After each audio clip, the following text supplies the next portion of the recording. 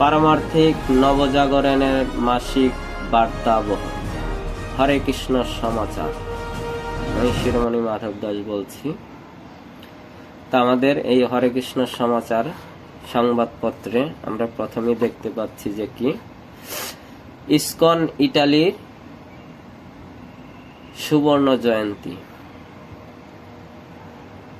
সম্প্রতি ইতালির রোমে শ্রী শ্রী গৌরনিতাই শ্রী বিগ্রহ প্রতিষ্ঠার অর্ধশতবার্ষিকী উদযাপন করা হয়েছে। এই উদযাপন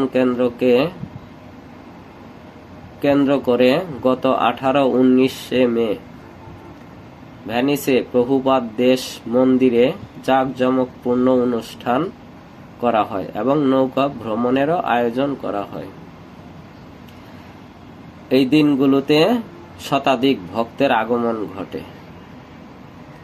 আর 1974 সালে শিল প্রভুপাদের নির্দেশে শ্রীমান ধনঞ্জয় প্রভু কৃষ্ণ ভাবনামৃত প্রচার করার জন্য ইটালিতে আসেন।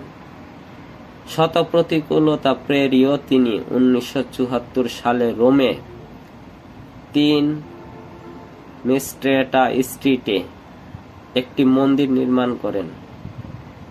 মন্দিরের উদ্বোধনী অনুষ্ঠানে 400 ভক্ত ও অসংখ্য দর্শনার্থী সমবেত হয়েছিলেন।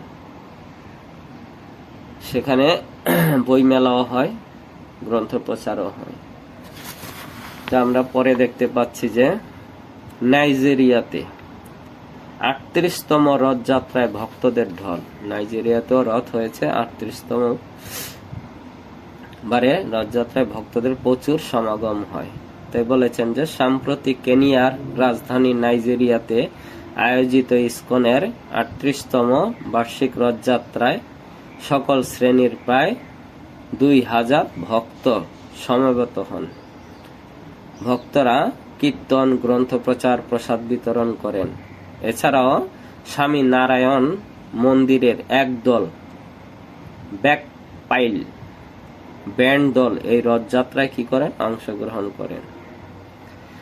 রথে জগন্নাথ, বলদেব, সুভদ্রা মহারানীকে উপবেশন করিয়ে রাজপথে শোভাযাত্রায় আয়োজন করা হয় এবং পরিক্রমা করা হয়। অসংখ্য পথচারীদের কীর্তনে আকৃষ্ট করেন। পূর্ব আফ্রিকায় প্রচার সমন্বয়কারী গোবিন্দ প্রেম দাস বলেন, আফ্রিকার জনগণ, বিশেষত শিক্ষার্থী এবং যুব সমাজ রথযাত্রার সংকীর্তনের সুরে তাল